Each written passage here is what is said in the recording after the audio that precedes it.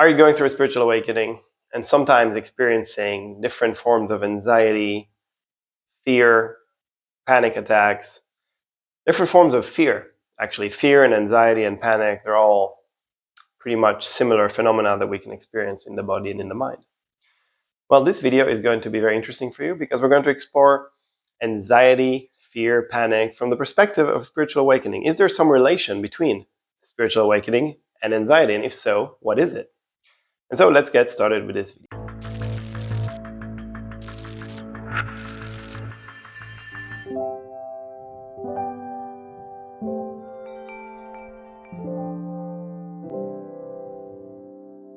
So in the Theravada tradition in which I'm trained, the Vipassana tradition, they look at the different stages of awakening. And one of those stages of awakening is actually called fear. Or in a different translation, it's not called fear, it's called terror, the stage of terror. So as you can imagine, there's some relation between spiritual awakening and fear. And so in this particular map of awakening, the stage of fear comes relatively close to the first spiritual opening. So Kundalini awakening is then followed by something called dissolution, and after that, the stage of fear. And so how interesting is that? There is definitely a correlation between spiritual awakening and fear or anxiety. And so in this particular map of awakening, which was made around 2,000 years ago, while different practitioners were practicing meditation and were going through spiritual awakening.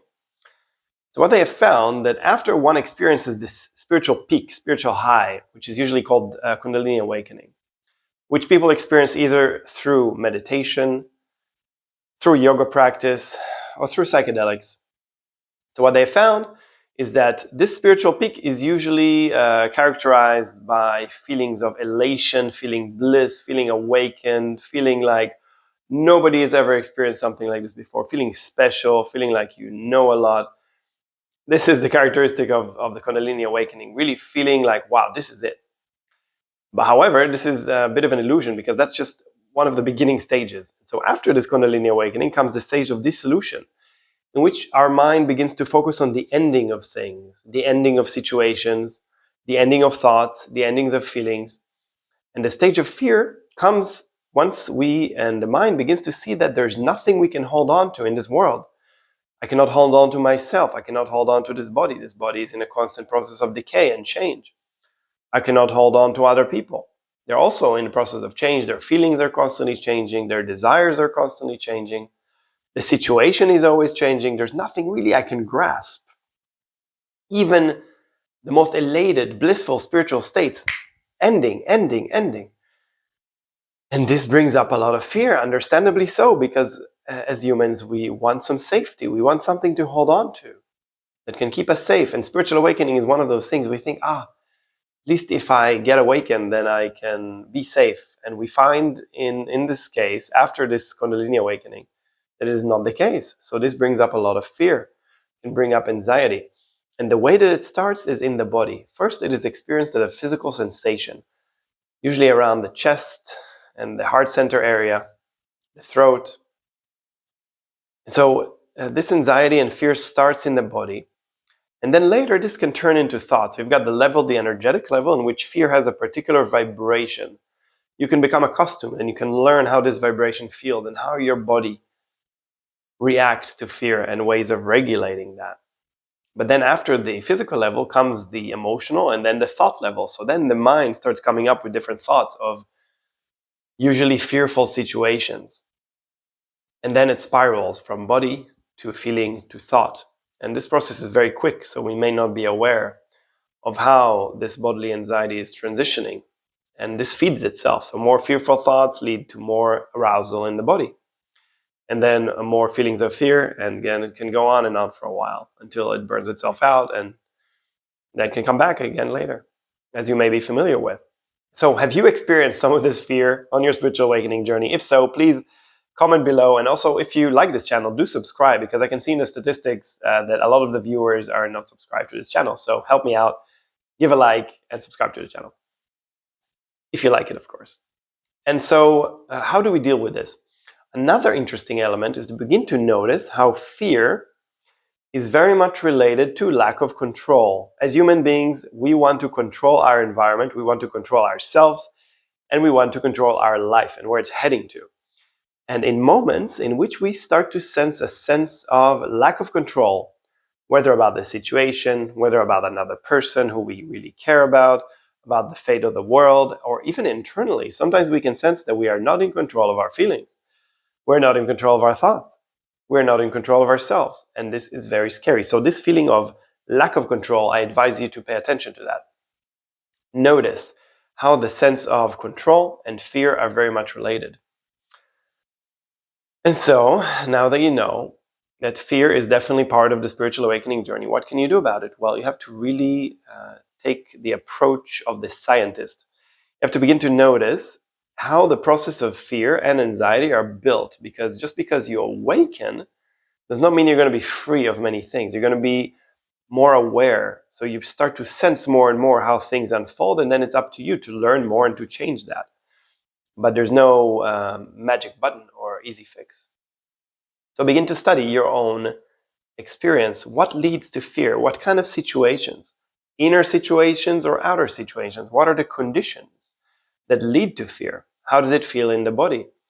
When I experience fear, where do I usually experience it in the body? What is the taste of fear? How does it taste? And then when I start to experience fear, how does the feeling come about? How do the thoughts come about? What kind of thoughts do I tend to experience when I'm fearful? Is it usually about the future? Oh, I wonder what's going to happen. And then the mind comes up with different images and scenarios of what may happen. And then it reacts to those images. Begin to notice, how is fear constructed in your experience? How is it generating? How is it creating more fear? How does that work? So that's on the level of noticing the process of how fear is built.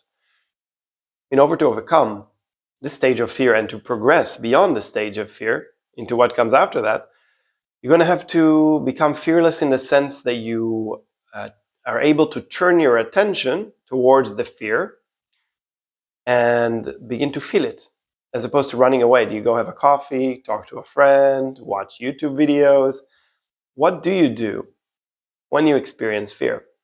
So I'm going to give you a few more helpful strategies. Another really helpful strategy is when you experience fear is to do mindful walking.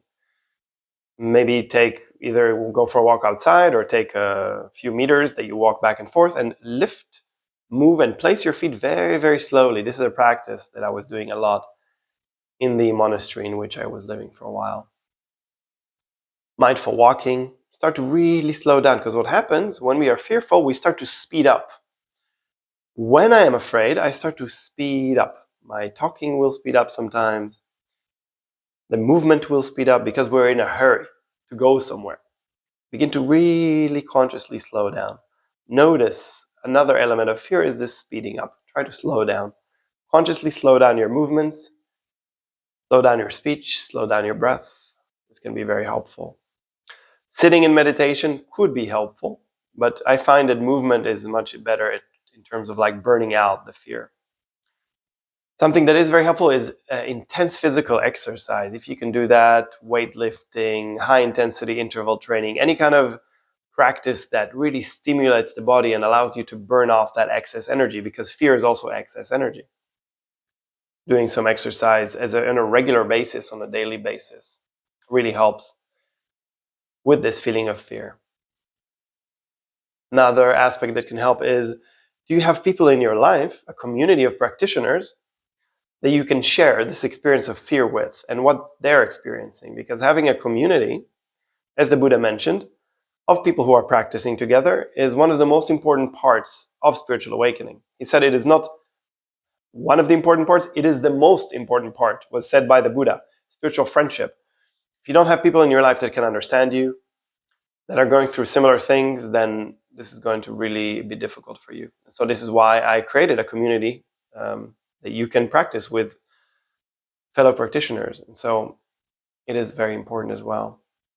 Something that is also very helpful if you're experiencing very intense levels of anxiety and fear, some kind of breath work exercise, breath work by Wim Hof. You can look it up on YouTube. I like to practice that sometimes. That can also be very helpful when it comes to fear, when it comes to anxiety. So as we mentioned, the first element is to take a more curious approach. How does my body and mind operate? How do they operate when I'm experiencing fear? Begin to study, keep notes, journal. How do the thoughts work? You're going to have to raise your level of awareness to notice that. That is the first thing. Second thing is, do you engage in intense physical exercise? This is very helpful at burning off the excess energy. I also mentioned trying mindful walking, really slowing down your body, slowing down your speech, slowing down your breath. That can also be very helpful. And write down, what are you most afraid of? What are you afraid of? What is this fear about? Notice the connection between control and fear, this lack of control, thinking of losing the sense of control. What is this sense of control? This is an open question. And lastly, but most importantly, is a community of practitioners. So you can get over this stage of fear and get to more interesting and delightful elements of spiritual awakening. I hope you enjoyed this video. If you would like more of my help, so first of all, do subscribe to this channel, and you can click some of the links below. You can join my community of practitioners, you can schedule a consultation with me, or you can join my Facebook group, and I'll speak to you soon.